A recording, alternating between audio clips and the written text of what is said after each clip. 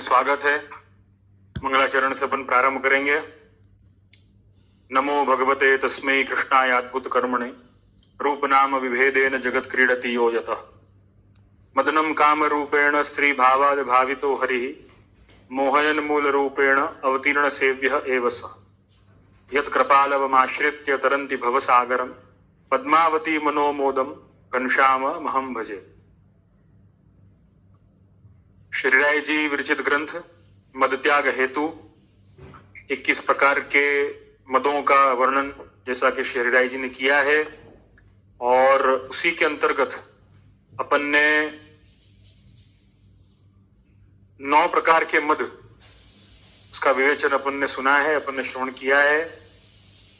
अब अगला जो मद है 10वां मद है व्यवहार कुशलता का मद, और व्यवहार कुशलता के मद के अंतर्गत 14वां श्लोक 14th श्लोक मद त्याग हेतु ग्रंथ का उसका विवरण शुरू होगा। यहां पर श्री हरिराय जी जैसे आज्ञा करते हैं श्लोक में, व्यावृत्ति कौशल कृतम संसार आसक्ति भावनात् अध्यास पोषकत्वेन तथा स्वजन पोषजम। श्री राय जी यहाँ पे जो मूल श्लोक का शब्दार्थ जो दिया गया है वो मैं पढ़ करके सुनाऊंगा आप सबको। किसी का कैमरा ऑन है, कृपया बंद करिए, मुझे पता नहीं है कौन है। आपका कैमरा प्लीज बंद करिए, ऑफ करिए। हाँ, किसी का कैमरा ऑन है, कृपया बंद करिए। सविता बेन हैदराबाद, आपका कैमरा बंद करिए। सविता बेन गुप्ता, धन्यवाद। तो यहां पे इस 14वें श्लोक का जो शब्दार्थ हिंदी शब्दार्थ दिया गया है वो मैं आपको सुनाऊंगा। व्यवहार कुशलता का मद संसार में कार्य कुशलता के कारण अधिकाधिक आसक्ति करवाने वाला है। इस विचार से व्यवहार कुशलता के मद का त्याग करना चाहिए। सगे संबंधियों का पोषण करना यह हमारा कर्तव्य है, परंतु उसके मद से अविद्या के द्वारा किए हुए 5 अध्यास से चित्त आसक्त बनता है। इस विचार से सगे संबंधियों का पोषण करने की शक्ति के मद का त्याग करना चाहिए। इस श्लोक में श्री हरिराय जी ने 2 मदों का विवेचन किया है। एक 10वां मद व्यवहार कुशलता का मद, और 11वां मद सगे संबंधियों का पोषण करने का मद। ये दोनों मदों का विवेचन इस श्लोक में श्री राय जी ने किया है। जैसा कि श्री राय चरण आज्ञा करते हैं 10वें मद के विषय में, व्यवहार कुशलता का मद संसार में कार्य कुशलता के कारण अधिकाधिक आसक्ति करवाने वाला है, और इस विचार से व्यवहार कुशलता के मद का त्याग करना चाहिए। अपन इस 10वें मद का विवेचन सुनेंगे आज। अब यहां पर व्यवहार कुशलता उसको किस संदर्भ में लेना है वो अपन को विचार करना पड़ेगा। पहले व्यवहार कुशलता का सामान्य अर्थ जो अपन मानते हैं कि अपन ने किसी से अच्छा व्यवहार किया, या किसी से अपने संबंध अच्छे हैं, या कोई अपना सम्मान अपनी आगता स्वागता वो अच्छी तरह करता हो, तो अपन कहते हैं कि ये व्यवहार कुशल है। इन्हीं बातों के आसपास में व्यवहार कुशलता मानी जाती। लेकिन यहां पे व्यवहार कुशलता के कई आयाम हैं, वो अपन को समझने की आवश्यकता है। और जैसा कि श्री राय जी ने मूल श्लोक में आज्ञा करी है, व्यावृत्ति कौशल कृतम संसार आसक्ति भावना।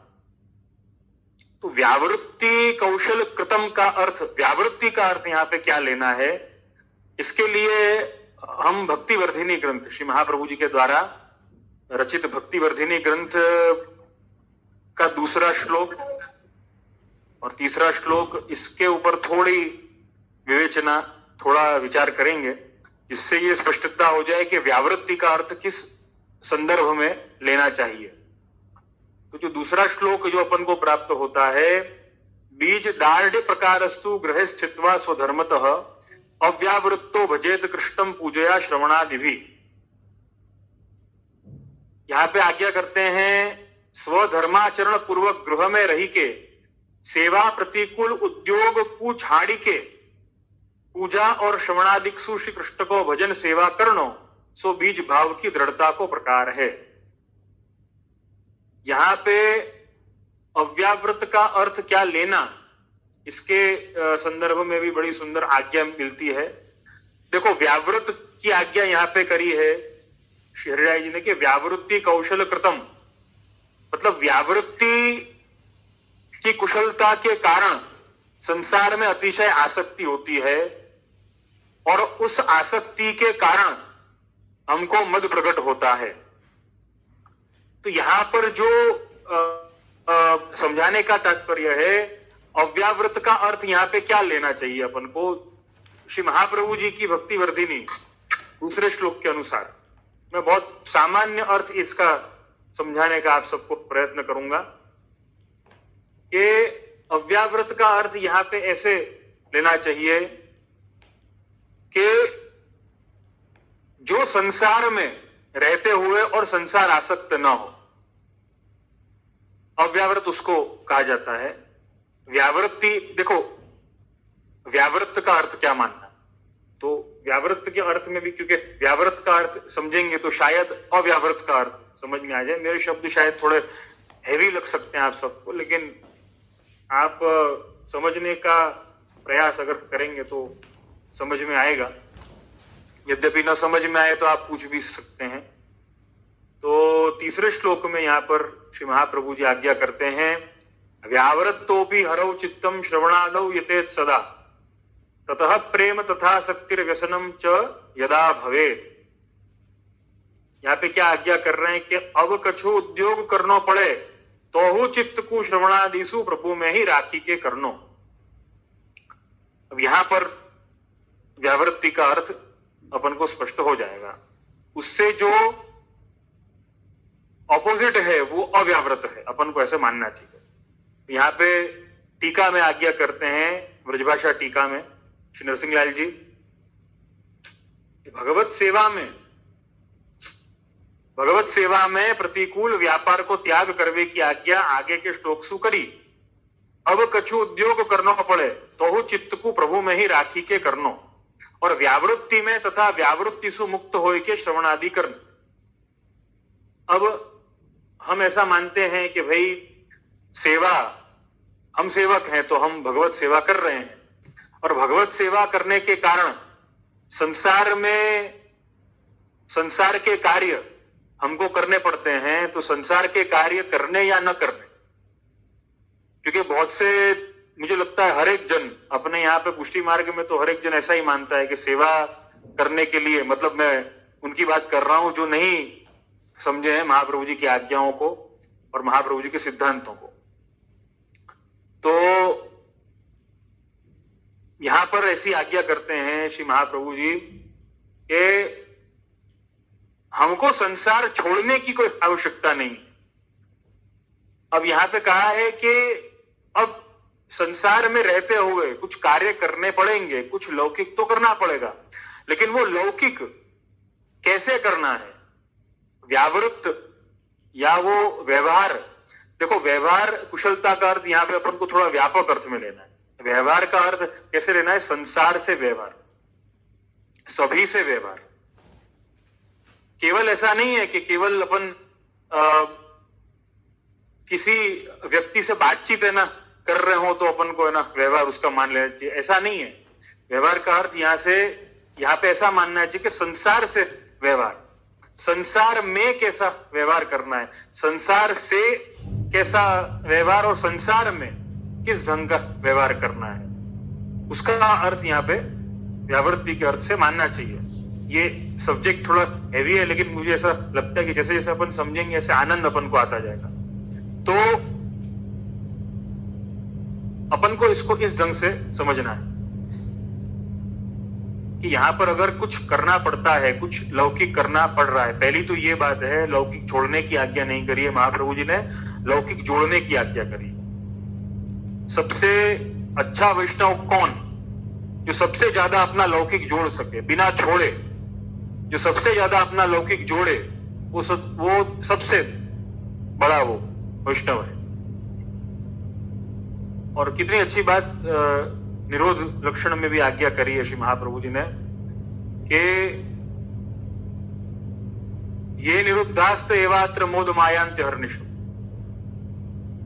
देखो, भगवान के लिए ऐसा नहीं कहा है कि भाई सब कुछ छोड़ छाड़ के और सेवा में लग जाओ, ऐसा नहीं कहा है। महाप्रभु ने आज्ञा क्या करी है? आप अपने मन को निरुद्ध करो। निरुद्ध करना मतलब, निरुद्ध करने का अर्थ है कि आप अपने मन को वहां पे रोको। कहां पे रोको? ठाकुर जी में रोको, प्रभु में रोको। कहते हैं ना अपन कि अपन नहीं, आजकल भाषा में अपन कहते हैं, अपनी लौकिक भाषा में, कि भाई हमने यहां पे मतलब अपने पैसे रोके हैं, या दूसरे शब्दों में उसको निवेश कहा जाता है, इन्वेस्टमेंट कहा जाता है। यहां पे इन्वेस्टमेंट अपने मन का कैसे करना है, निवेश कैसे करना है अपने मन का? निवेश अपन को अपने मन का प्रभु में करना है। महाप्रभु जी ने ऐसे नहीं कहा कि सब कुछ छोड़ छाड़ दो, नहीं, अपना मन रोको। अपना मन कैसे रुकता है? संसार तो चलने दो, लेकिन मन को है ना रोको। देखो, लौकिक को तो चलने देना है, लेकिन अलौकिक में अपने मन को प्रभु में रोकना है। ये सबसे बड़ी महत्व की बात, सबसे बड़ी बात ये, अपने मन को कैसे रोकना है। यहां पे कितनी सुंदर बात श्री महाप्रभु जी समझाते हैं। ये निरुद्धास्ते एवात्र मोद मायांते हर्निशम, और उसके पहले हरिणाय विनिर्मुक्तास्ते मग्ना भव सागरे, ये निरुद्धास्ते एवात्र मोद मायांते हर्निशम, कि जिन लोगों को हरि ने विशेष प्रकार से मुक्त किया है, वो तो संसार सागर में डूब गए हैं। मग्ना भव सागर है, वो तो इस भव सागर में डूब गए हैं। उनका इंटरेस्ट कैसा होगा, उनको रुचि कैसी होगी? उनको रुचि हमेशा संसार में होगी, संसार की बातें करने में होगी। वो सेवा में भी संसार को लगा देंगे, तो अलौकिक में भी लौकिक को लगा देंगे। लेकिन जो अलौकिक जीव है, जो प्रभु के जीव है, जिन्होंने अपने मन का निवेश जो है, अभिनिवेश जो है, वो प्रभु में किया है, मन को रोका है, मन को निरुद्ध किया है प्रभु में, उनके लिए क्या कहा? ये निरुद्धास्त एवात्र मोद मायांत्य हर्निश। वो तो आनंद पूर्वक जीते हैं, वो तो आनंद पूर्वक अपनी भक्ति का आनंद लेते हैं, सेवा का आनंद लेते हैं। यहां पे रुकना, वैसा महाप्रभु जी ने समझाया कि अपने मन को रोकना है। अगर ऐसा मानते हो कि हमको तो मुक्त रहना है भगवान से, तो मुक्त रहने का जो संकेत है वो क्या है? कि संसार में अभिनिवेश हो जाना, संसार में मन लगना, संसार की बातों में मन लगना, भगवान की बातों में मन न लगना, अलौकिक की बातों में मन न लगना। तो व्यावृत्ति का अर्थ यहां पे उस अर्थ में समझना है कि व्यावृत्ति, अगर संसार में आप कुछ कर भी रहे हो, पहली बात व्यवहार कुशलता, या अपन ऐसा माने कि जीवन व्यवहार, अपना जीवन व्यवहार जो है उसमें अगर अपन वैष्णव हैं, अगर अपन को ये वैष्णव देह प्राप्त हुई है, अपन महाप्रभु जी के सेवक हुए हैं, अपन भगवत सेवा कर रहे हैं, तो कभी ये ना मानने कि भाई जब तक मैं सब कुछ छोड़ नहीं दूंगा ना, तब तक मैं सेवा नहीं कर सकता। कभी ये नहीं मान। आपको छोड़ने की आवश्यकता नहीं, आपको जोड़ने की आवश्यकता। उसी को यहां पे महाप्रभु जी समझा रहे हैं। व्यावृत्तो भी हरौ चित्तम श्रवणादौ यतेत सदा। अपने जीवन का व्यवहार कैसे अपन को रखना है, व्यावृत्ति करनी है। व्यावृत्ति का अर्थ है जीवन व्यवहार करना है। जीवन व्यवहार के अंतर्गत सब कुछ आ गया, आपका परिवार आ गया, आपका प्रोफेशन आ गया, आपके संबंध आ गए, आपके व्यवहार आ गए, जो आप मानना चाहो वो सब आ गया उसमें। लेकिन कैसे?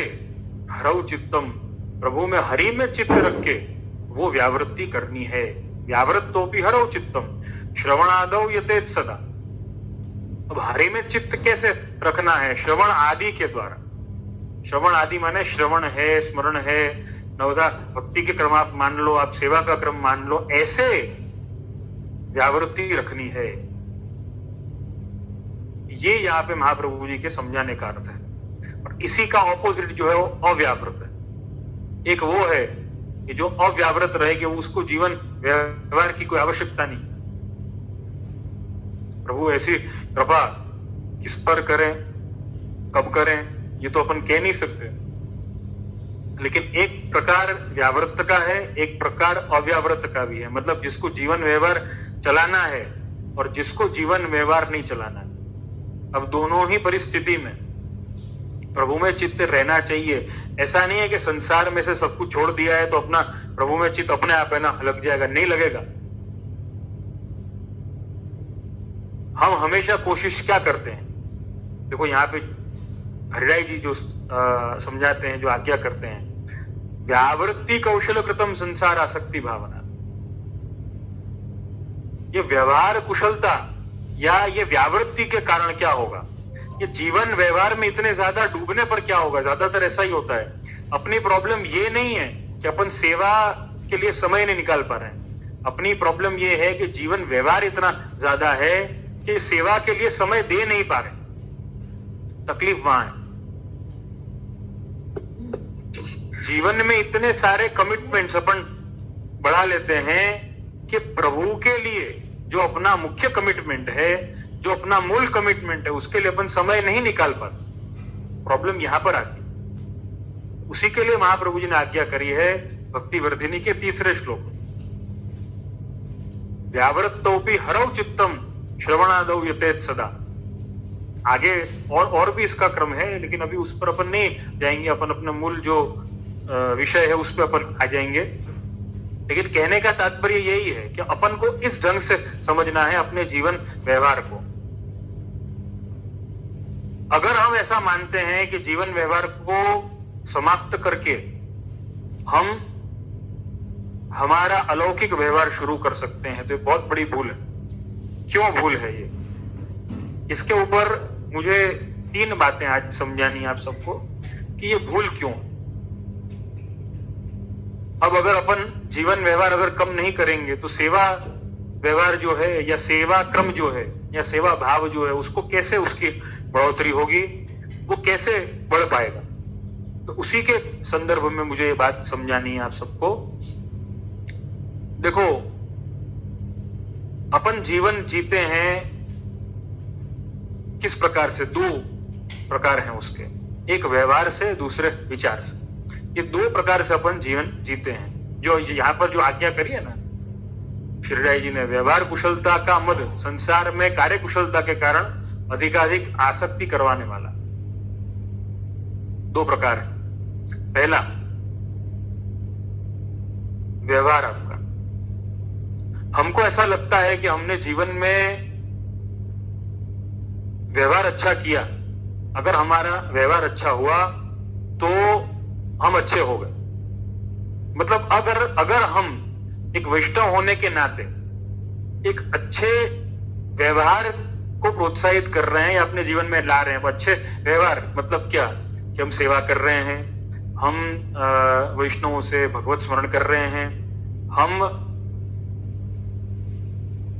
प्रभु के नाम में, भगवत गुणगान में, कीर्तन में, अपने धार्मिक आयोजनों में हम जा रहे हैं, आ रहे हैं, सब कुछ अगर कर रहे हैं तो बहुत अच्छा कर रहे हैं। ये हमारा व्यवहार अच्छा है। ज्यादातर लोग, मतलब ज्यादातर अपने वैष्णव सृष्टि में जो है वो इस प्रकार के वैष्णवों को देखा जाता है जो व्यवहार पे ध्यान देते हैं। ऐसा समझते हैं कि भाई ठीक है, चलो अब हमको इतना भाव नहीं है, कोई बात नहीं, लेकिन हम व्यवहार पे हम ध्यान देंगे। व्यवहार पे ध्यान देना गलत बात नहीं, लेकिन वहां पे अधूरापन है। ज्यादातर ऐसा होता है, आप ये वस्तु का विचार करके देखना। कभी कई लोगों के बारे में अपन ने ऐसा सुना होगा कि भाई देखो ये पहले कितनी सेवा करता था, इसके घर में कितना सुंदर प्रकार था, ऐसा इसको भाव था, ऐसी कृपा थी इसकी ठाकुर जी की इसके ऊपर, और अब देखो मालूम नहीं क्या हो गया, कैसा समय इसका फिर गया, कैसी बुद्धि इसकी हो गई, देखो अब बिल्कुल सेवा में रुचि नहीं है, बिल्कुल मार्ग में ना रुचि नहीं है, बिल्कुल इसका मन ही कुछ बदल गया है, समझ नहीं आता है क्या हो गया इसको। ऐसा सब क्यों होता है? ऐसा इसलिए होता है कि व्यावृत्ति कौशल कृतम संसार आसक्ति भावना, जो व्यवहार आपने जो किया, अपने जीवन में जो व्यवहार अपनाया, सेवा का या सेवक भाव का या वैष्णवता का, वो व्यवहार तक सीमित रहा। सिर्फ व्यवहार तक वो सीमित अगर रहेगा तो वो बदलने वाला है, ये निश्चित आप मान लेना, क्योंकि वो सिर्फ व्यवहार तक सीमित है, सिर्फ व्यवहार हो रहा है। आपने केवल अपने आप को सेवा में व्यवहारिक तौर पे इन्वॉल्व किया है। अब दूसरा आता है, वैचारिक तौर पे इन्वॉल्व किया है कि नहीं किया। मैं आज 3 बातें आप सबको समझाने वाला हूं, बहुत ध्यान देना। इस पर मैंने विचार मंथन किया है काफी, और मेरी ऐसी विनती है श्री महाप्रभु जी से, श्री राय जी से, कि मेरा ये जो विचार जो मैंने किया है वो आप महानुभावों की वाणी से बिल्कुल मेल खाता हुआ हो, और आप सबको जो ये संदेश है वो मैं बहुत व्यवस्थित ढंग से पहुंचा सकूं। तो व्यवहार जो है वो अपन ने किया है सेवा का। किसी ने अपन को कहा कि भाई ये काम है ना, करो, तुम आए हो, तुम ये सेवा कर दो। अब विचार उसका नहीं है कि मुझे सेवा करनी है, लेकिन अब सोचा कि अब क्या करना है, और तो कोई काम है नहीं, चलो ये काम अपन कर देते हैं, तो वो व्यवहार हो गया। व्यवहार में वो अतिशय आगे है, व्यवहार में अतिशय आगे है। अब वो ऐसा सोचेगा कि नहीं, हम व्यवहार में तो अच्छे हैं ना, तो वैष्णव है, तो वो व्यवहारिकता है उसके भाव की, वैचारिकता नहीं। अब वैचारिकता पे कई लोग आ जाते हैं। देखो व्यवहारिकता पे जो लोग हैं, देखो मैंने कहा ना, ऐसे 3 प्रकार मुझे समझाने हैं व्यावृत्ति के अर्थ में। व्यावृत्ति माने व्यवहार। अब व्यवहार के कारण, यही व्यवहार जब अपना लौकिक में होता है तो भी अपन अपने आप को ऐसे अच्छा है ना मानते हैं कि हमारा व्यवहार बहुत अच्छा है, तो हमको सबसे अच्छा रिस्पॉन्स मिलना चाहिए, या फिर मैंने जो कल मैंने समझाया वैसा क्रेडिट मिलना चाहिए, लोगों की ओर से मान मिलना चाहिए। यहां पर हरिराय जी जो समझाना चाहते हैं वो यही समझाना चाह रहे हैं कि अगर अपन ने अपने आप को ऐसा मान लिया कि मैं व्यवहार कुशल हूं, आई एम गुड, मेरा व्यवहार तो अच्छा है ना, देखो विचार मेरा जो कुछ भी हो, मेरे में शायद इतना भाव नहीं हो, लेकिन मेरे में सेवा है, सेवा मैं कर रहा हूं, व्यवहार तो अच्छा है ना मेरा, उससे क्या फर्क पड़ने वाला है। अगर अपन को ऐसा लगता है तो यहां पर अपन को करेक्शन करने की आवश्यकता है। हरिराय जी भी यही आज्ञा कर, अगर सिर्फ व्यवहार अच्छा होगा तो उसका मद आएगा। यहां पे यही समझाने का तात्पर्य यही है यहां पे हरिराय जी का, कि सिर्फ व्यवहार पर ध्यान अगर दोगे तो क्या होगा, व्यवहार कुशलता के कारण संसार आसक्ति बढ़ती चली जाएगी। आपको ऐसा लगेगा नहीं मैं परफेक्ट हूं, मैं अच्छा हूं, और इसके कारण संसार आसक्ति बढ़ती चली जाएगी, फिर उसका मद आएगा। तो केवल व्यवहार को अच्छा नहीं करना है, उसके बाद में विचार को अच्छा करना।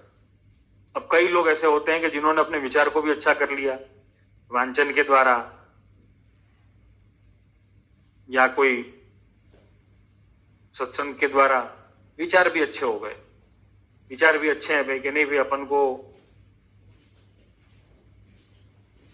पुष्टि मार्ग के सिद्धांत, श्री महाप्रभु जी की आज्ञा और अपना वैष्णवी जीवन कैसे जिया जाए उसके विचार अच्छे है ना, रखो तो व्यवहार अच्छा होगा। अब वो जो पहली वाली कैटेगरी थी वो व्यवहार वाली, उससे ये जो लोग हैं ये लोग कुछ अच्छे हैं, उससे विचार वाले लोग कुछ अच्छे हैं, क्योंकि उनका विचार अगर अच्छा होगा तो व्यवहार जो है उसमें सहजता आएगी, उसमें पाखंड कम आएगा, उसमें ढोंग कम आएगा, उसमें दिखावा कम आएगा, क्योंकि विचार अच्छा कर लिया।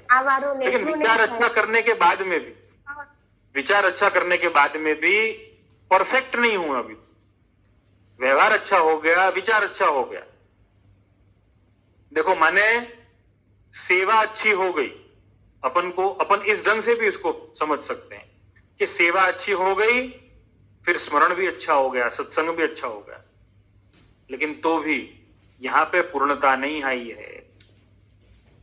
तो महाप्रभु जी समझा रहे हैं उसी बात का अपन को अनुसरण करना है। और वो बात कौन सी? अब मुझे तीसरा प्रकार जो समझाना है वो मैं आपको समझाऊंगा। तीसरा प्रकार जो मुझे समझाना है उसके लिए एक बात और समझानी है आपको कि व्यवहार जीवन में अच्छा करने पर क्या होता है कि हमको सहजता में एक अभिमान, एक अहंकार आ जाता है कि भाई जीवन में व्यवहार तो अच्छा है ना। विचार में कई तर्क होते हैं, विचार में कई अश्रद्धा के भाव होते हैं, लेकिन व्यवहार अच्छा कर लिया तो अपन को लगता है सब अच्छा हो गया। हमको ऐसे भाव वाले विष्णुओं को, या ऐसे भाव खुद में भी हो तो अपन को भी है ना पहचानना, अपन को भी है ना टकोर करनी है। तो कहते हैं ना, एक महामूर्ख था, उसकी कहानी आती है। एक मूर्ख था, महामूर्ख उसको है ना बोलते थे, गांव में सब उसको महामूर्ख महामूर्ख बोलते। तो कहते वो महामूर्ख जो था उसने क्या किया कि बेचारा बहुत दुखी रहता, गांव में सब उसको मूर्ख मूर्ख महामूर्ख ऐसा बोलते रहते, बहुत दुखी रहता।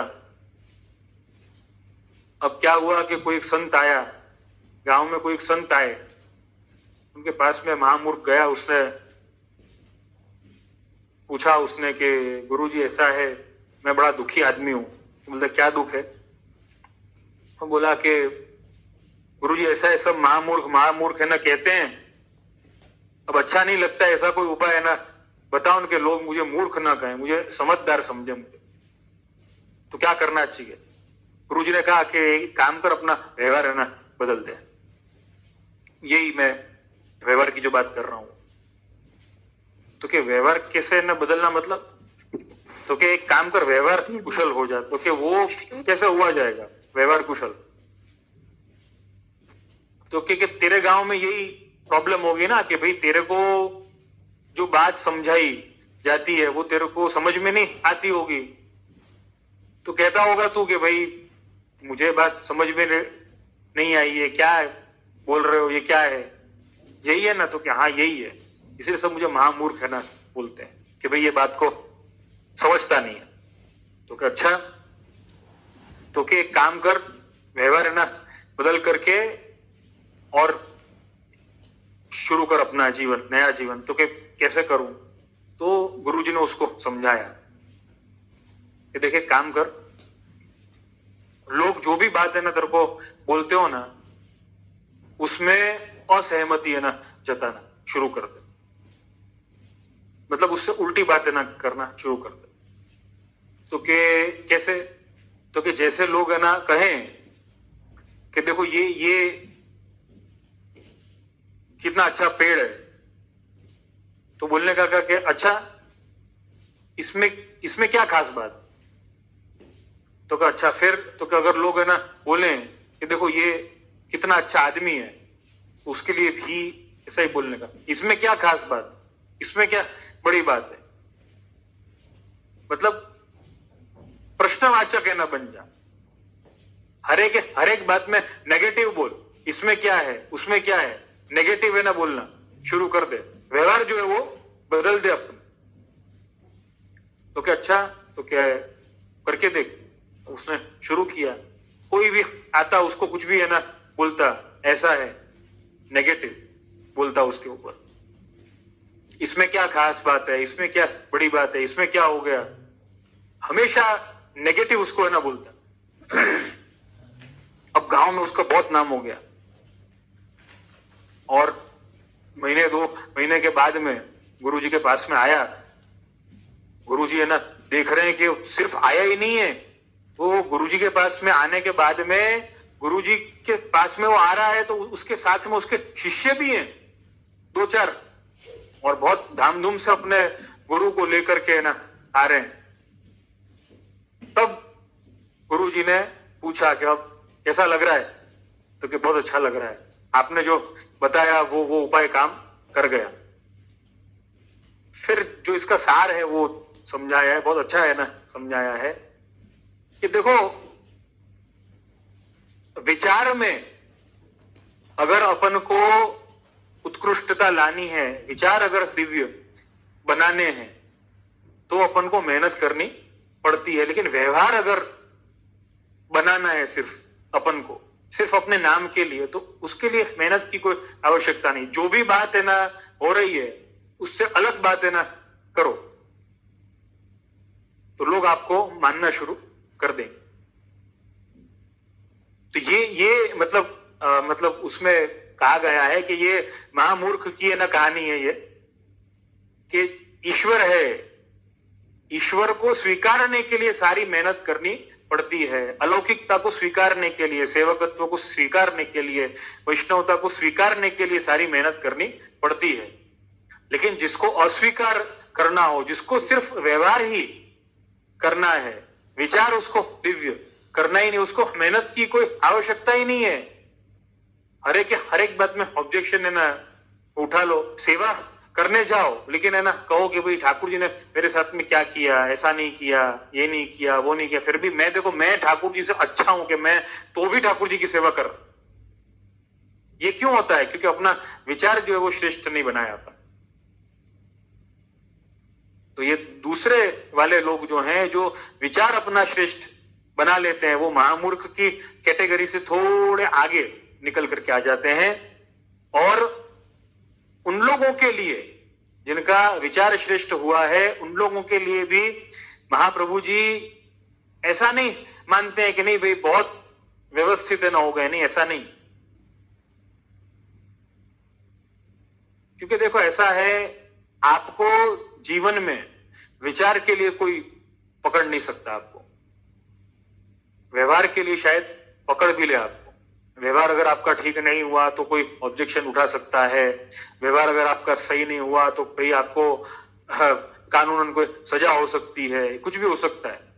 लेकिन विचार अगर ठीक नहीं हुआ तो कोई आप पर ऑब्जेक्शन नहीं उठा सकता, उंगली नहीं उठा सकता कि नहीं आपका विचार ठीक नहीं है, आप इसको ठीक करो, गलत है, ऑब्जेक्शन नहीं उठा सकता। तो ज्यादातर लोग क्या है, व्यवहार करते हैं ठीक लेकिन विचार ठीक नहीं करते, विचार ठीक नहीं करते। उनको ऐसा लगता है कि भाई विचार ठीक नहीं हो रहा है ना, विचार पर मेहनत नहीं करते। कहने का तात्पर्य यह, विचार पर मेहनत नहीं करते हैं। और विचार पर मेहनत नहीं करने के कारण हृदय जी जो यहां पर समझा रहे हैं, संसार आसक्ति भावना, विचार नहीं ठीक करने के कारण देखो व्यवहार कुशलता है, व्यवहारिकता तो है, जीवन व्यवहार तो सही ढंग से चल रहा है, लेकिन फिर मद क्यों आ रहा है? संसार आसक्ति भावना, वो संसार में अतिशय अभिनिवेश करवाने वाला होगा, क्योंकि विचार दिव्य नहीं बने हैं ना। अगर विचार दिव्य बनते तो ऐसा नहीं होता। तो हम विचारों पर कभी मेहनत नहीं करते हैं, व्यवहार पर तो भी हम मेहनत करते हैं।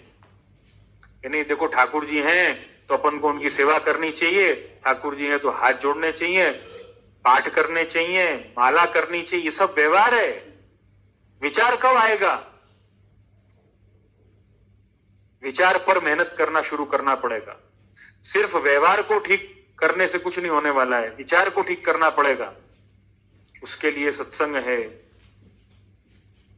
उसके लिए भगवत स्मरण है। लेकिन अब तीसरी बात जो महाप्रभु जी ने आज्ञा करी है, जो मैंने आपको समझाई, ये निरुद्धास्त एवात्र मोद मायांत्य हर्निश, प्रपंच विस्मृति पूर्वक भगवद आसक्ति। निरोध क्या है? प्रपंच विस्मृति पूर्वक भगवद आसक्ति। इस संसार के प्रपंच को भूल जाना है, इस संसार को भूल जाना है, व्यवहार को भूल जाना है। व्यवहार को भूलना है, उसको छोड़ना नहीं है। मेरे कहने का तात्पर्य समझना, व्यवहार को अनासक्त भाव से करना है, आसक्त भाव से नहीं करना है। ये मैंने जैसे कि कहा था ना कि वैष्णवता जो है, धर्म जो है, आर्ट ऑफ लाइफ है। तो ये यही आर्ट है, पार्ट ऑफ लाइफ नहीं है, आर्ट ऑफ लाइफ बनाना है। तो वो कैसे बनेगा? ऐसे ही बनेगा, प्रपंच विस्मृति पूर्वक भगवद आसक्ति। भगवद आसक्ति रखनी है, कैसे रखनी है? प्रपंच विस्मृति पूर्वक भगवद आसक्ति। तो यहां पे जो तीसरा पॉइंट जो है मेरा, वो यही था कि अपने जीवन में निरुद्ध बनो, प्रभु में अपने मन का निरोध करो, निवेश करो, अभिनिवेश करो, तब जाके अपन को मद नहीं आएगा। अब जो यहां पर आज के प्रश्न का भी यही प्रति उत्तर मैं देना चाहूंगा। जो प्रश्न संख्या जो है वो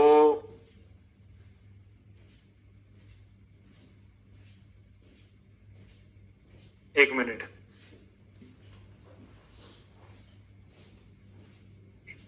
प्रश्न संख्या 1 है, प्रश्न संख्या 1, और वो प्रश्न तृषा मोदी का है। वो प्रश्न काफी दिन पहले ये उन्होंने प्रश्न पूछा था, और आज की जो मेरी बात जो है तो मैंने व्यवहार कुशलता पर समझाई है, मन को निरुद्ध करने की बात। उससे ये सवाल बहुत अच्छी तरीके से जुड़ता है। तो तृषा मोदी कांदीवली में ये न रहती हैं, और उन्होंने प्रश्न किया था, असद मद is not to follow and दासोहम is to follow by us. तो ये भी तो एक अहम, एक मद हुआ। मैंने ये समझाया था, सद मद और असद मद, या मद और उसका उल्टा दम, या फिर दासोहम। अहम नहीं और दासोहम अपन को मानना है।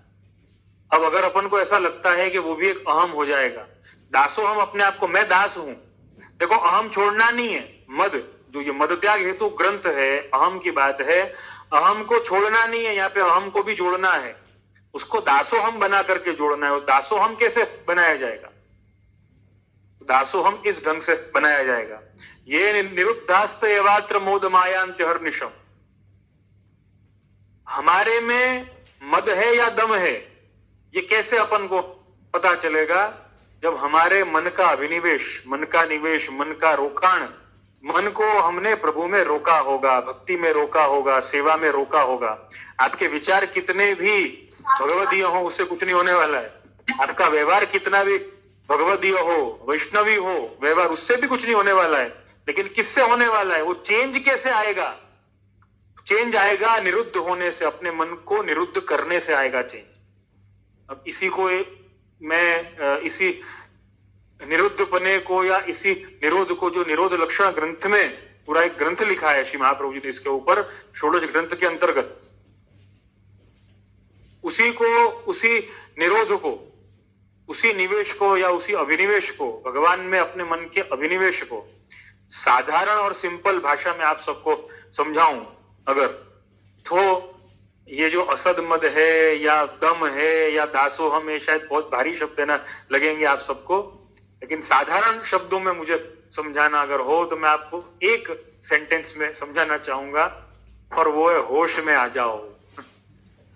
बेहोशी छोड़ दो, होश में आ जाओ, जोश को भूल जाओ, होश में आ जाओ। महाप्रभु जी यहां पे यही समझाने की कोशिश कर रहे हैं, महाप्रभु जी यही समझाने की आज्ञा कर रहे हैं, होश में आ जाओ। हम होश में नहीं है, बिना होश के विचार हो रहा है, बिना होश के व्यवहार हो रहा है, होश में आ जाओ। और ये होश कैसा है? देखो, प्रभु के लिए तो वो होश कैसा होना चाहिए कि एक होश प्रभु का ही होना चाहिए, एक अपना मन निरुद्ध प्रभु में ही होना चाहिए, अन्य किसी में नहीं होना चाहिए। ऐसा होश है ये। दुनिया के लिए क्या क्या होना चाहिए कि भाई, दुनिया के लिए तो बेहोशी है, देखो, लेकिन होश जो है वो किसके लिए? अपने मन को निरुद्ध करने के लिए है। तो प्रश्न क्रमांक दूसरा, मेघाबेन मेहता बोरीवली में जो निवास करते हैं, उन्होंने भी यही प्रश्न किया था, इसी के आसपास का ही प्रश्न था कि जे इफ दम is to be followed and not मद, then we can get mud of dam also ना, how to get rid of that? हम में कोई दम है ऐसा मद बिल्कुल ऐसा मद आ सकता है अगर सिर्फ विचार में दम है। तो आपके विचार में अगर दम आया या आपके व्यवहार में अगर दम आया तो वो दम जो है वो मद में परिवर्तित हो जाएगा, वो दम का उल्टा मद हो जाएगा, ऐसा हो सकता है। लेकिन अगर वो दम जो है वो आपके मन में आया और उससे आपका मन निरुद्ध हुआ प्रभु में, निरुद्ध हुआ भक्ति में, तो ये निश्चित है कि वो दम का भी मद नहीं आएगा। अब होश नहीं है, विचार है कि नहीं भाई हमको मद नहीं है ना आना चाहिए, लेकिन शायद व्यवहार भी होगा कि भाई हमको मद नहीं आना चाहिए, लेकिन उस दिशा में उस तरफ अपनी चेतना नहीं है, अपनी जागरूकता नहीं है, अपना होश नहीं है, या मन निरुद्ध नहीं है। इसको अपने अलौकिक, अपने सांप्रदायिक महाप्रभु जी की आज्ञा अनुसार, महाप्रभु जी की वाणी अनुसार अगर अपन को समझना हो तो ऐसे समझना पड़ेगा। होश नहीं, हमको ये तो है ना मालूम है। देखो किसी ने कहा कि देखो ये है ना, ये अंकल हैं, अब हमको है ना मालूम है कि अंकल है ना बहुत बुरे हैं हमको ये ना मालूम है कि ये अंकल जरा भी अच्छे नहीं, बहुत बुरे हैं, इनका व्यवहार, इनकी भाषा, इनकी वाणी बहुत बुरी है, ये हमको है ना मालूम है। लेकिन क्या कहा अपन को, देखो अंकल है ना, अंकल के लिए ऐसा नहीं सोचते बेटा, अंकल जैसे भी हो अंकल अच्छे हैं। अब ये बात जो है, ये विचार दिमाग में बैठ गया कि देखो अंकल है ना वो अच्छे हैं, विचार बैठ गया। अंकल आए तो अपन ने व्यवहार उनसे अच्छा किया, अरे आओ अंकल, बैठो अंकल, क्या लोगे, क्या खाओगे, क्या पियोगे। अब अपन को मालूम है अंकल में कोई दम नहीं है, अंकल में कोई बात नहीं है, लेकिन अपन को क्या है, अपन को बिठा दिया गया है माइंड में कि अंकल होते हैं ना वो अच्छे होते हैं, बिठा दिया गया है, तो व्यवहार अच्छा होगा, लेकिन होश नहीं है, होश नहीं है, जागरूकता नहीं है, जागरूकता नहीं। क्यों? क्योंकि अनकॉन्शियस माइंड में, अनकॉन्शियसली अपने भीतर वो वस्तु बैठी हुई है कि अंकल बुरे हैं, अंकल बुरे हैं, अंकल बुरे हैं। अंकल से आप कब अच्छा व्यवहार कर पाएंगे, कब उनके लिए अच्छे विचार सही में रख पाएंगे? हो सकता है वो सही में अच्छे भी हों, अपन को क्या मालूम। किसी व्यक्ति के बाहरी अपीयरेंस से, उसके बाहरी व्यवहार से ये निश्चित नहीं किया जा सकता कि वो आदमी बुरा है या अच्छा, निश्चित नहीं किया जा सकता। अंकल के प्रति जब जागरूकता अपन को आएगी तब अपन ये निश्चित कर पाएंगे कि ये अच्छे हैं या बुरे हैं। इस बात को हमेशा ध्यान में अपन को रखने की आवश्यकता है। देखो अब होश में हम आ गए कि नहीं आ गए हैं, अब ये वाली बात भी खास मुझे समझानी, होश में आ गए हैं कि नहीं आ गए हैं, या हमारे में वो निरुद्धपना आ गया है कि नहीं आ गया है, ये कैसे पता चलेगा, ये कैसे समझ में आएगा? तो उसी के संदर्भ में मुझे लगता है कि प्रश्न नंबर 5 और प्रश्न नंबर 6, इन दोनों में दीप्ति रूपेश शाह, इनका प्रश्न था, कांदीवली में रहती हैं। इन्होंने प्रश्न किया था कि जैसे आपसे विनती है कि आत्मीयता कैसे बढ़ाएं, प्लीज थोड़ा विस्तार में बताने की कृपा करें। आत्मीयता कैसे बढ़ाओगे आप प्रभु के साथ में? मैंने ये समझाया था कि आत्मीयता आप बढ़ाओ प्रभु के साथ में। तो आत्मीयता कैसे बढ़ेगी? आत्मीयता तब बढ़ेगी जब आपका मन निरुद्ध होगा, मन का अभिनिवेश प्रभु में किया होगा। और चेतन भाई कांदीवली में रहते हैं, उनका भी प्रश्न है, सुंदर समझाया आत्मीयता ठाकुर जी में दृढ़ करनी चाहिए, सेवा और भक्ति योग से कैसे ठाकुर जी से आत्मीयता दृढ़ करें, आप कुछ ज्ञान दें। मन को निरुद्ध करके, प्रभु में मन को निरुद्ध करके, अहम निरुद्धो रोधेन निरोध पदवीम गतः। महाप्रभु जी बार बार ये विनती करते हैं ठाकुर जी से कि मेरा मन आप में निरुद्ध हो, मेरा मन आप में निरुद्ध हो, मेरे मन का निवेश आप में हो जाए, अभिनिवेश आप में हो जाए, मेरा मन आप में रुक जाए। कहीं और न जाए, उसके लिए मुझे क्या करना चाहिए? तो उसके लिए भगवान ने श्रीमद् भगवत गीता भक्ति योग में आज्ञा करी है, अभ्यास योगेन ततो मामिच्छाप्तुम धनंजय, ऐसी आज्ञा करी। अब सब कुछ करके देख लिया, प्रभु के साथ में अलौकिक व्यवहार करके देख लिया, अलौकिक व्यवहार जीवन में अपना के देख लिया, अलौकिक विचार करके देख लिया, सत्संग करके देख लिया, फिर भी कुछ नहीं हो रहा है। अब क्या किया जाए? तो क्या अभ्यास योगेन ततो मामिच्छाप्तुम धनंजय। अब इसका तात्पर्य ये आज के विषय के संदर्भ में कैसे अपन को मानना चाहिए? देखो, अपन को अभ्यास करना है। अब इसको मुझे आधुनिक भाषा में अगर मुझे समझाना हो तो मैं इस ढंग से समझाना चाहूंगा, अपन को एक्सरसाइज करनी है, मन को निरुद्ध करने की एक्सरसाइज करनी है। दीप्ति शाह ने जो सवाल किया है, चेतन भाई ने भी जो सवाल किया है, तो हमको यही अभ्यास योग वहां पे अपनाना पड़ेगा। कैसे अभ्यास योग कैसे किया जाए, एक्सरसाइज कैसे करी जाए अपने मन की, कि वो मन जो है वो निरुद्ध हो जाए, प्रभु में मन रुक जाए। यहां पे एक बात का हमेशा ध्यान में, एक बात पर हमेशा ध्यान देना है कि हमको जीवन में हमारा जोश कम करना पड़ेगा, तब जाके हमारा मन रुकेगा। देखो, जो आदमी होश में होता है ना, उसमें जोश जो है वो अपने जोश को कंट्रोल कर पाता है, लेकिन अपना होश उसने खोया तो उसका जोश जो है वो फटक दे के बाहर है। इसीलिए क्या कहा है, मैंने पहले जब प्रहलाद जी का प्रसंग समझाया था तभी भी मैंने ये बात कही थी, कौमार आचरित प्राज्ञ। प्रहलाद जी ने क्या समझाया?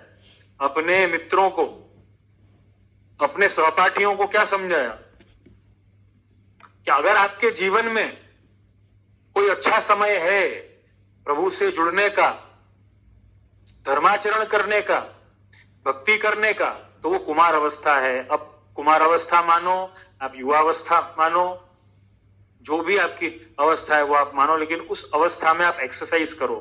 जैसे कि आपको ध्यान होगा कि युवाओं को हमेशा ये सलाह दी जाती है कि भाई आप एक्सरसाइज करो, कुछ ना कुछ आप एक्सरसाइज करो। वो एक्सरसाइज क्यों करनी है हमको? एक्सरसाइज हमको इसलिए करनी है क्योंकि एनर्जी लेवल शरीर में बहुत है। अब एनर्जी लेवल शरीर में है, एनर्जी अपने शरीर में है, क्योंकि अवस्था ऐसी है, समय ऐसा है, बॉडी ऐसी है, तो एनर्जी अपने अंदर है। अब वो एनर्जी के कारण अगर आपने एक्सरसाइज नहीं करी तो आप क्या करेंगे?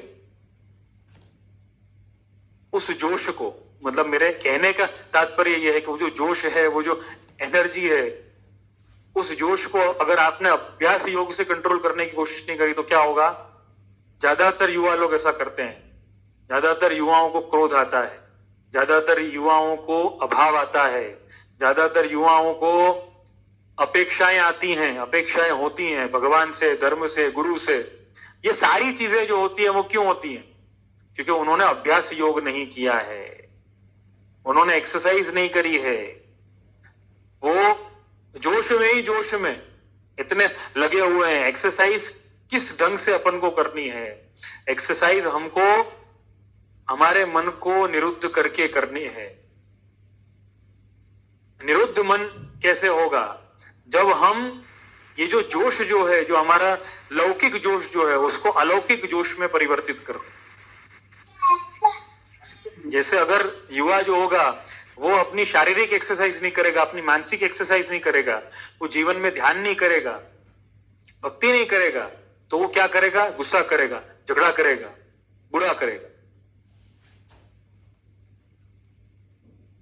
यद्यपि ऐसा हो सकता है कि उसके विचार इतने बुरे ना हो लेकिन व्यवहार बुरा हो गया। क्यों? एक्सरसाइज नहीं करी। कहने का तात्पर्य यह है कि वहां पर आपको होश पूर्वक, वहां पे आपको निरुद्ध भाव पूर्वक, निरोध पूर्वक आपको सेवा करनी है। निरोध पूर्वक आपको स्मरण करना है, निरोध पूर्वक आपको अलौकिक व्यवहार करना है, निरोध को छोड़ करके नहीं। मतलब आप अपने जीवन में जो मैं अभ्यास की बात कर रहा हूं, जो मैं एक्सरसाइज की बात कर रहा हूं, वो क्या है? वो यही है।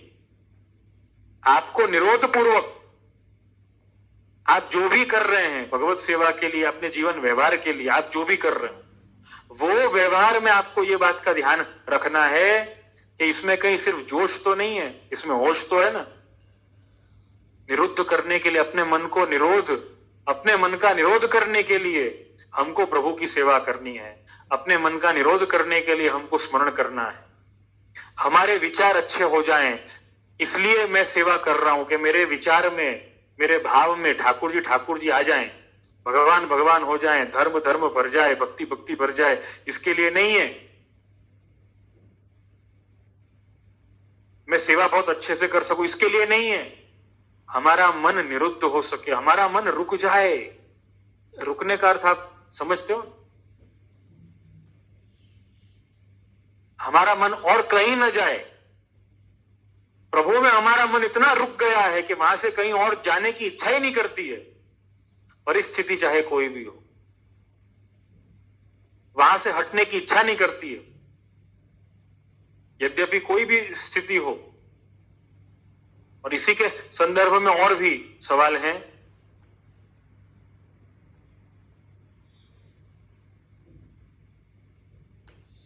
भैरवी त्रिवेदी, उनका भी ये सवाल था, सवाल नंबर 9 है।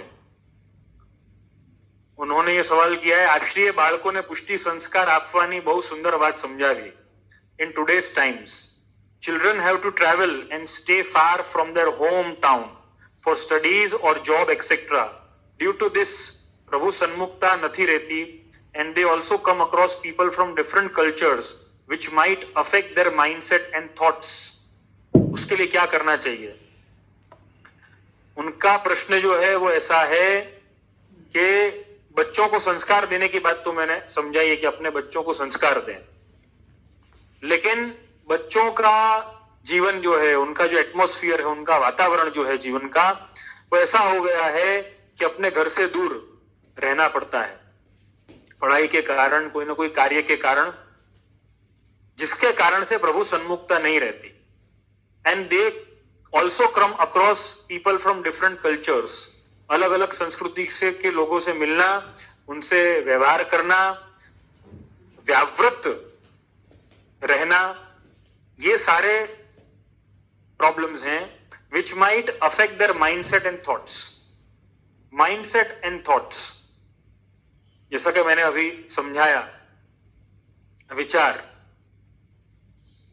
विचार भले आपने अच्छे समझो, आपका बालक है, आपका बच्चा है, आपने उसके विचार बहुत फर्स्ट क्लास मांझ दिए हैं, बिल्कुल फर्स्ट क्लास चमक रहे हैं भगवत भाव से, लेकिन उसका मन निरुद्ध नहीं हुआ है, उसको होश नहीं है, वो जागरूक नहीं है। अगर वो जागरूक नहीं है, अगर उसने अभ्यास इसका नहीं किया है, तो क्या होगा? अभ्यास नहीं होने के कारण उसके विचार बाहर जाते ही बदल जाएंगे, या फिर उसके ऊपर जो बाहरी विचार जो है उसका प्रभाव पड़ जाएगा। और ज्यादातर ऐसा ही होता है। आपका बालक, आपका बच्चा कहीं पर भी हो, दुनिया के किसी भी कोने में,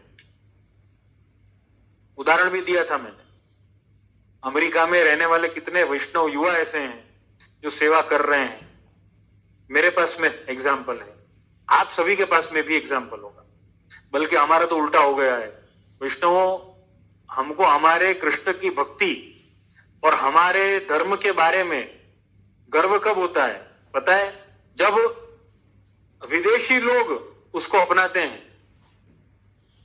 विदेशी जब कृष्ण का नाम लेते हैं तब हमको ऐसा लगता है, अरे देखो, कृष्ण का नाम तो हमारे यहाँ पे पहले से ही लिया जाता है, कृष्ण तो हमारे पहले से ही अच्छे हैं।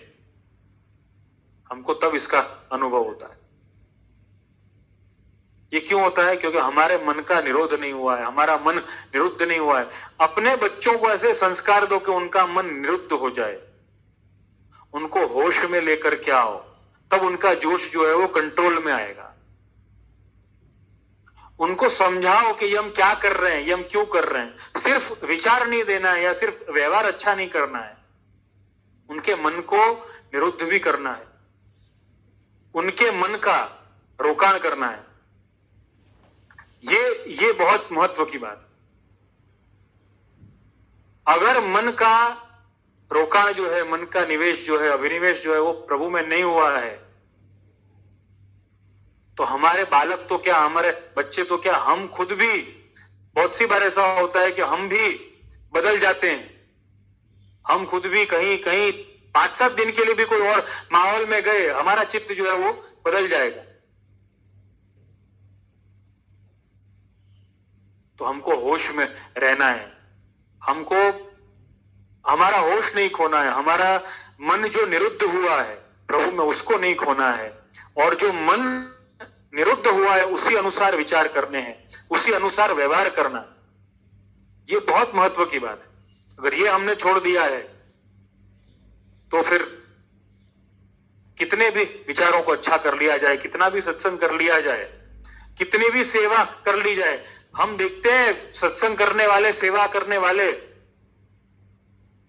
सबसे अधिक कुविचारों को फैलाते हैं, बुरे व्यवहार करते हैं। इस पर तो कई बार, मतलब कई दिनों तक अपनी चर्चा हुई है, कई दिनों तक। क्यों? क्योंकि हमने होश खोया है, हमने हमारा मन जो निरुद्ध होना चाहिए प्रभु में, उसको खोया है। अभ्यास योगेन ततो मामिच्छाप्तुम धनंजय। हमको होश में रह करके सेवा करनी है। अपने मन को मन रे श्याम सो कर हेत, कृष्ण नाम की बार कर ले तो बचे तेरो खेत। मन रे श्याम सो कर हेत। जो भी करो जीवन में कृष्ण नाम की बाढ़ कर ले, मतलब कृष्ण नाम की, कृष्ण स्वरूप की, अपने स्वधर्म की सीमाओं में रह करके करो आप, तब आप होश में रहो। होश तो खो दिया है, हाँ चलता है, आज तो जन्मदिन था, आज तो यहां बाहर आए हैं, चलता है, अभी तो सूतक है, चलता है, अभी तो ऐसा है, चलता है। अभी कहां सेवा है, अभी कहां ठाकुर जी हैं, अभी कहां ठाकुर जी, अभी कहां सेवा है। अरे भाई अभी मैं तो हूं ना, मुझे होश क्यों नहीं है। विष्णु विचार कैसा भी हो, व्यवहार कैसा भी हो, अगर आप होश में हो ना, अगर आपका मन निरुद्ध भी हुआ है, वो नहीं, मैंने वो चर्चा एक बार अपनी हुई थी तानसेन जी की वार्ता से, नशा करके और सेवा करने न आते, रोका कि भाई ये नशा करना बहुत बुरी बात है, इसको छोड़ो, बाद में ना सेवा में आना। नशा नहीं किया और सेवा में आए, स्वर ही नहीं लगा, बेसुरे हो गए, प्रभु को आनंद ही नहीं आया। तब क्या कहा कि नहीं भी ठीक है, नशा कर लो, उसके बाद में गाओ। नशा किया और फिर गाया, बहुत अच्छा स्वर निकला, ठाकुर जी को बहुत प्रसन्नता हुई, बहुत आनंद आया। तो कहने का तात्पर्य क्या है, वहां अपन को ऐसा लगता है कि देखो भगवदियों ने तो बद्धू चाले, हमारे विष्णु में ये बात बहुत विख्यात है, भगवदियों ना दोष नहीं जोवा, भगवदियों ने निंदा नहीं करवी। लेकिन वो निंदा करने का कोई प्रश्न वहां पे उपस्थित नहीं हो रहा है, वहां पे दोष देखने की कोई बात उपस्थित नहीं हो रही। लेकिन कौन सी बात उपस्थित हो रही है, ये आप विचार करें। जो भगवदी होगा वो अपना होश कभी नहीं खोएगा। वहां पे तानसेन जी ने, भगवदीय ने अपना होश नहीं खोया है। उसके बाद में उन्होंने व्यवहार नशे का भी किया, नशा करके भी, और सेवा करी तो भी चला, क्योंकि होश नहीं खोया। विचार भी ऐसे ही, विचार बहुत सी बार गलत हो जाते हैं। कई लोग ऐसा मानते हैं, मेरे पास में ऐसे सवाल भी बहुत आए हैं, अभी मैं भूल रहा हूं, लेकिन कईयों ने पर्सनली पूछे ना, सवाल किए थे पहले, जब मद की बात में समझा रहा था कि मन में ऐसा कभी ना आए कि हम ठाकुर जी से दूर हैं, मन में ऐसा एक क्षण मात्र के लिए भी ना आए, उसके लिए क्या करना चाहिए। तो मन में ना आए, ऐसा होना कब हो सकता है? पहली बात, जब अपन होश में रहेंगे, जब मन निरुद्ध होगा। ये निरुद्धास्त एवात्र मोद मायांत हर्निशम। अपन मोद में माने आनंद में कब रहेंगे? जब मन निरुद्ध हो चुका होगा तब रहेंगे, नहीं तो नहीं रह सकेंगे। कितना भी व्यवहार अच्छा कर लो, विचार अच्छा कर लो, कुछ नहीं होने वाला है। तो यहां पर यह बात समझा रहे हैं हृदय चरण, व्यवहार कुशलता का मद संसार में कार्य कुशलता के कारण अधिक आसक्ति करवाने वाला है। व्यवहार कुशलता, व्यवहार अपन ने देखा, विचार अपन ने देखा, और फिर निरोध, निरुद्ध या फिर जागरूक, चेतना, होश। क्योंकि विचार भी बहुत सी बार ऐसे होते हैं कि वो जोश दिलाने वाले होते हैं, व्यवहार भी बहुत सी बार ऐसे होते हैं कि जो जोश में लाने वाले होते हैं व्यवहार। लेकिन जब होश होता है तो जोश बहुत कंट्रोल में रह सकता है। इसीलिए कहा कौमार आचरित प्राज्ञो, यही उम्र है, यही समय है कि जब अपन को एक्सरसाइज करनी है। देखो एक्सरसाइज कौन कर सकता है, वर्जिश कौन कर सकता है? एक्सरसाइज वो कर सकता है जिसके पास में अवस्था अच्छी है, जिसके पास में समय अच्छा है, शरीर अच्छा है, मन अच्छा है, तब वो वर्जिश कर सकता है, एक्सरसाइज कर सकता है, बॉडी बिल्ड कर सकता है, नहीं तो नहीं कर सकता वो। ऐसे ही अपन को बिल्ड क्या करना है? ऐसे ही हमको प्रभु में हमारे मन को निरुद्ध करना है, हमारे भाव को बिल्ड करना है, विचारों को बिल्ड करना है, व्यवहार को बिल्ड करना है। और उसमें जो कंक्रीट जो चाहिए, जो बेस चाहिए, जो पाया जो चाहिए, वो निरोध का पाया है। यद्यपि सत्संग बहुत अच्छा होगा, यद्यपि सेवा बहुत अच्छी होगी, लेकिन होश में नहीं है, निरुद्ध नहीं है उसका मन। अगर उसका मन निरुद्ध नहीं है तब फिर वो भगवदीय नहीं है। इस बात को ध्यान में रखना है। हमारे बच्चों को भी, भैरवी त्रिवेदी का भी जो सवाल है उसका भी मैं यही जवाब दूंगा। हमारे बच्चों को भी होश में लेकर के आना है। तुम क्या कर रहे हो, उसके प्रति जागरूक है कि नहीं वो लोग? जैसे माता पिता के लिए केवल अच्छे विचार रखना उससे नहीं होगा।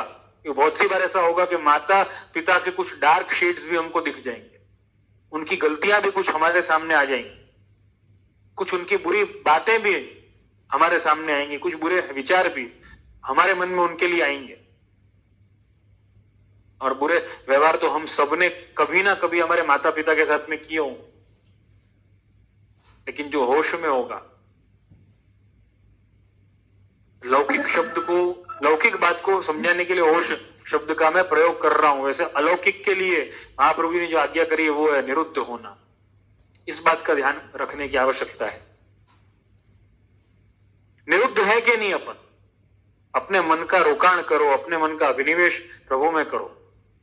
जो मन यहां वहां जो घूम रहा है ना, अभ्यास योगे न ततो मामित छाप्तुम धनंजय, उसके बाद में आपका व्यवहार कैसा है, विचार कैसा है, कोई फर्क नहीं पड़ता। मन का रोकाण हुआ है कि नहीं, अभिनिवेश हुआ है कि नहीं। प्रभु को तो यही चाहिए, निरुद्ध जन चाहिए प्रभु को। गोपी जन निरुद्ध हैं। गोपी जनों का मन जो है उसका अभिनिवेश केवल और केवल प्रभु में, यही महाप्रभु जी आज्ञा कर रहे हैं।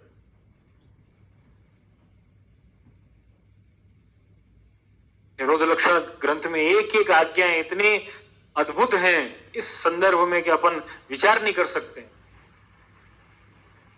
यहां पर व्यवहार कुशलता का मद, जीवन व्यवहार का मद कब नहीं आएगा? जब होश आएगा। हम क्या कर रहे हैं और हम क्यों कर रहे हैं, ये सारी जो लौकिक है वो भी प्रभु की आज्ञा के लिए है। जो अलौकिक है, जो सेवा है, जो अच्छे विचार हैं, स्मरण है, सत्संग है, वो भी प्रभु में हमारा मन निरुद्ध हो जाए उसके लिए है। वल्लभ की वाणी में, वल्लभ के स्वरूप में, प्रभु के स्वरूप में हमारा मन निरुद्ध हो जाए उसके लिए, और किसी के लिए नहीं। इस बात को ध्यान में रखना है। अपने मन को निरुद्ध करो, तब जाके जीवन व्यवहार का मद नहीं आएगा, व्यवहार कुशलता का मद नहीं आएगा। नहीं तो हम तो जीवन में, हमारा तो जीवन व्यवहार बहुत अच्छा है, सबसे व्यवहार बहुत अच्छा है, जीवन व्यवहार में सब आ गया, प्रोफेशन आ गया, आपके संबंध आ गए, आपका सोशल स्टेटस जो है वो आ गया। आप जीवन व्यवहार के संदर्भ में जो मानना हो आप मान सकते हो। व्यावृत तो भी हरव चित्तम से इसका खुलासा हो जाएगा भक्ति वर्धिनी के तीसरे श्लोक से। तो यही बात अपन को समझनी है, यही बात ध्यान में रखनी है। और आज के सत्संग सत्र को विराम देने से पहले दो छोटे छोटे प्रश्न हैं। प्रश्न नंबर 24, उनका भी मैं प्रत्युत्तर देना चाहूंगा, ताकि प्रश्न की लिस्ट जो है वो थोड़ी बढ़े, कम हो ऐसा नहीं चाहता हूं। बढ़े मतलब नए प्रश्न और जुड़े, क्योंकि कई वैष्णव ऐसे हैं कि प्रश्न की इतनी लंबी लिस्ट है ना, देख करके है ना पूछते नहीं, तो शायद थोड़े कम होंगे तो और है ना पूछने का साहस करेंगे। नंबर 24, हालांकि अपने विषय से नहीं कनेक्ट होता है, लेकिन तो भी ये छोटा सा प्रश्न है, तो उसका मैं प्रति उत्तर देना चाहूंगा। भारतीबेन गड़ा कांदीवली चारकोप में निवास करते हैं। उन्होंने प्रश्न किया है, ठाकुर जी के श्रृंगार श्रीमस्तक से शुरू करने चाहिए या चरण से? ठाकुर जी के श्रृंगार जो है वो हमेशा चरण से शुरू करने चाहिए। इसका भाव ये है कि दासत्व की दृढ़ता, दासत्व जो है, भक्ति जो है, भक्ति रूपी आपके चरण है, तो भक्ति की दृढ़ता, क्योंकि श्रृंगार में दासत्व की भावना बहुत कम होती है। श्रृंगारी जो होता है वो दास भाव भूलता है, तभी वो श्रृंगार कर पाता है। लेकिन दासत्व की दृढ़ता रहे, दासत्व पूर्वक जो है वो सख्य भक्ति या माधुर्य भक्ति के भाव से वो सेवा कर रहा है, तो भी उसका दास भाव, उसका भक्ति भाव जो है वो न भूले। इसलिए उसकी शुरुआत जो है वो चरण से करनी चाहिए। चरण से श्रृंगार शुरू होते हैं, चरण के श्रृंगार सबसे पहले होते हैं। उष्णकाल के दिन है अभी, जैसे कि ठाड़े स्वरूप हो श्री मदन मोहन प्रभु को, ऐसा क्रम है। जैसे कि वस्त्र भी तो बहुत हल्के आते हैं, बहुत कम भी आते हैं। तनिया धराया, जैसे ठाकुर जी ने तो तनिया धरा के पहला श्रृंगार जो धराया जाता है वो नुपुर धराए जाते हैं, वो चरणारविंद के जेहर धराए जाते हैं, चरण चौकी का आवरण धराया जाता है, और तत्पश्चात पिछोड़ा का श्रृंगार है तो पिछोड़ा धराया जाता है। पिछोड़ा को बांधने के लिए कटिपेच धराया जाता है या कंदोरा धराया जाता है। उसके बाद में देखो कैसे सुंदर नीचे चरण से श्रृंगार शुरू होकर के और ऊपर तक जाते हैं। पिछोड़ा धराने के बाद में कटिपेच, कटिपेच धराने के बाद में बाजू, बाजू धराने के बाद में पहुंची, उसके बाद में श्रीयस्त की लड़, जिसको अपने सप्तम घर में छड़ा कहा जाता है। छड़ा के बाद में शिवस्तक के श्रृंगार शुरू होते हैं। केशावली है, शिखा वस्त्र है, तिलक है, अलकावली है, तत्पश्चात पाग है, या जो श्रृंगार हो वो इस क्रम से श्रृंगार होते हैं, ताकि अपना दास भाव हमेशा दृढ़ रहे। चरणारविंद से श्रृंगार की शुरुआत करनी। वस्त्र का जो क्रम हो वो लालन अगर है तो फिर चरण से ही श्रृंगार प्रारंभ होंगे, क्योंकि वस्त्र का कोई विशेष क्रम होता नहीं है। वागा भी अगर धराया जाए तो पहले चरण के श्रृंगार करके और वागा धराया जाता है। तो दासत्व दृढ़ हो, अपनी भक्ति दृढ़ हो, इसलिए चरण से श्रृंगार की शुरुआत करी जाती है। चरण से श्रृंगार की शुरुआत करके मस्तक, और फिर श्रीअंग के जो भारी श्रृंगार या जैसे भी श्रृंगार, जिस प्रकार की रीत हो, जिस प्रकार का क्रम हो, उत्सव हो या नित्य क्रम है, ऋतु का ध्यान में रखते हुए और श्रृंगार किए जाते हैं। और दूसरा एक छोटा प्रश्न था धर्मेश भाई शाह का, नंबर 33 नंबर का प्रश्न है, आपके व्हाट्सएप ग्रुप की लिस्ट में होगा। धर्मेश भाई शाह ने कंठी के संदर्भ में ये प्रश्न किया है। वैसे प्रश्न के 2 पार्ट हैं, लेकिन मैं अभी आधे पार्ट का ही प्रति उत्तर दूंगा। कंठी जे आपे कीधु के सूत नी जोइए हमणा બધે રેશમને કંઠી પણ મળે છે, જેનો દોરો રેશમનો હોય તો તે नहीं પહેરવાની। कंठी के ऊपर मैंने एक दिन खुलासा किया था कि कंठी हमको जो है वो सूतरू कॉटन डोरा में ही पहननी चाहिए। तो इनका प्रश्न है कि रेशम के डोरे में भी कंठी मिलती है तो वो पहननी चाहिए या नहीं पहननी चाहिए। तो रेशम के डोरे की भी कंठी ऑप्शनल है, विकल्प है, मुख्य कल्प नहीं है। मुख्य कल्प जो है वो तो सूत के डोरे में ही कंठी पहनने का है। जैसा कि मैंने समझाया था, तुलसी काष्ठ जापी स्रक, गोपीनाथ जी ने जैसे आज्ञा करी, साधन दीपिका के अंतर्गत। तो तुलसी काष्ठ जा जो आज्ञा करी है, मैं तो इससे भी आगे की बात है ना कहूंगा, जितना हो सके उतना मूल रूप में उसको धारण करें। सूत का डोरा तो है ही, कंठी के पारे भी। अगर आप में, मतलब मैं सहन शक्ति तो नाम नहीं दूंगा, लेकिन मैं समझ शक्ति का नाम दूंगा। समझ शक्ति होगी तो सहन शक्ति अपने आप आ जाएगी। यद्यपि जिसको भक्ति भाव है, जो निरुद्ध जीव है, उसको सहन शक्ति नहीं लगेगी, उसको तो कृपा शक्ति लगेगी कंठी पहनना। तो कंठी बने उतना उसको मूल रूप में पहने।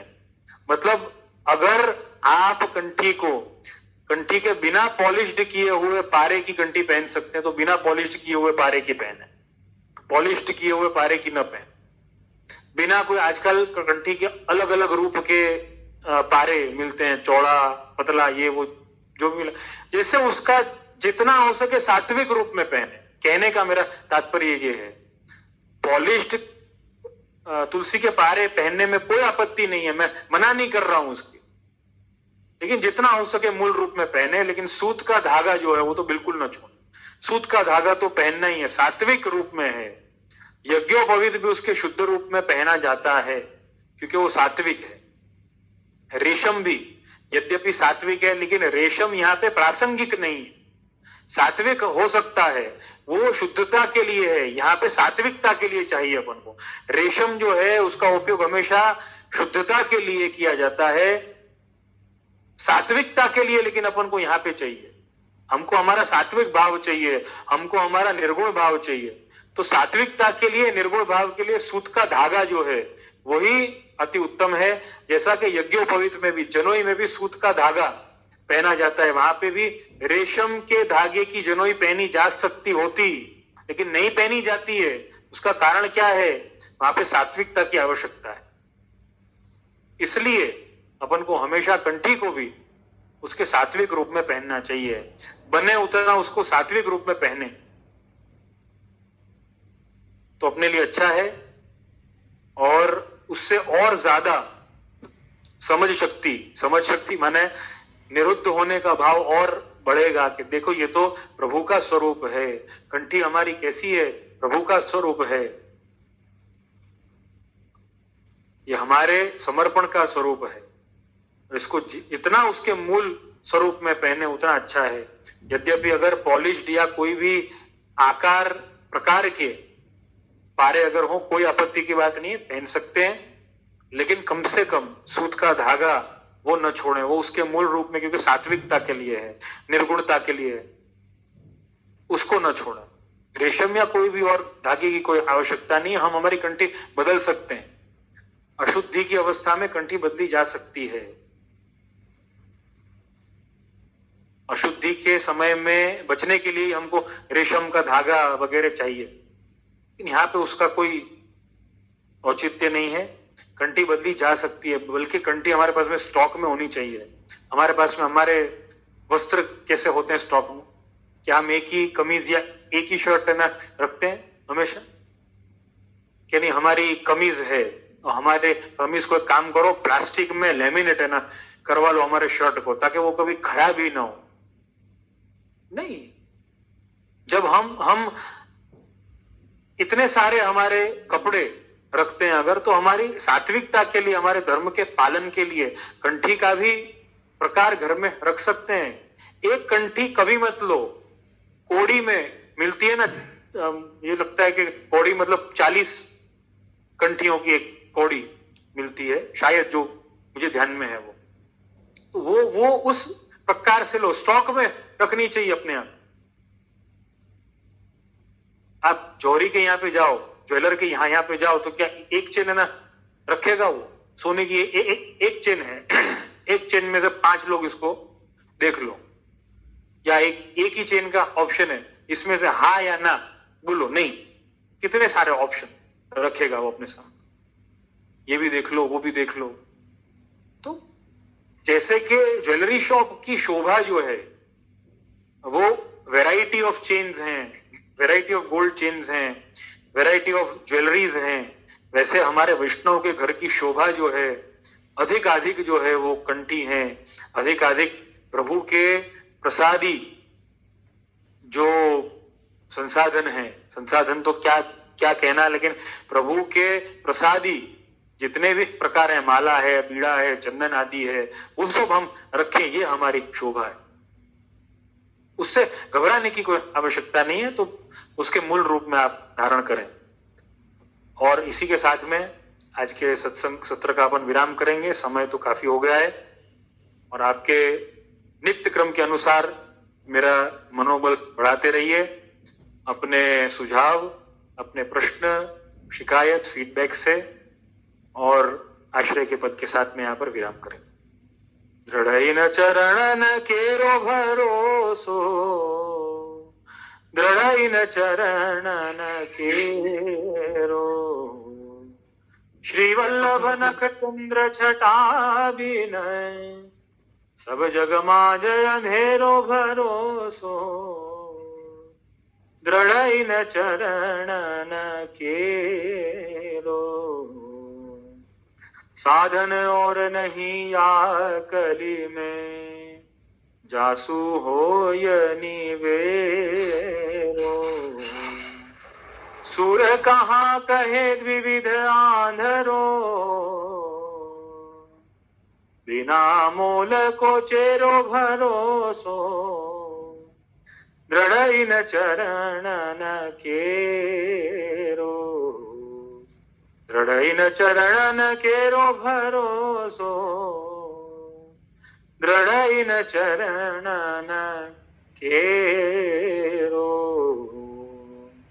बोल श्री मदन मोहन लाल प्यारे की जय। श्याम सुंदर शिवने महारानी की जय। गिरिराज धरण की जय। श्री वल्लभाधीश की जय। साईं जी परम दयाल की जय। श्याम जी परम दयाल की जय। देव की जय।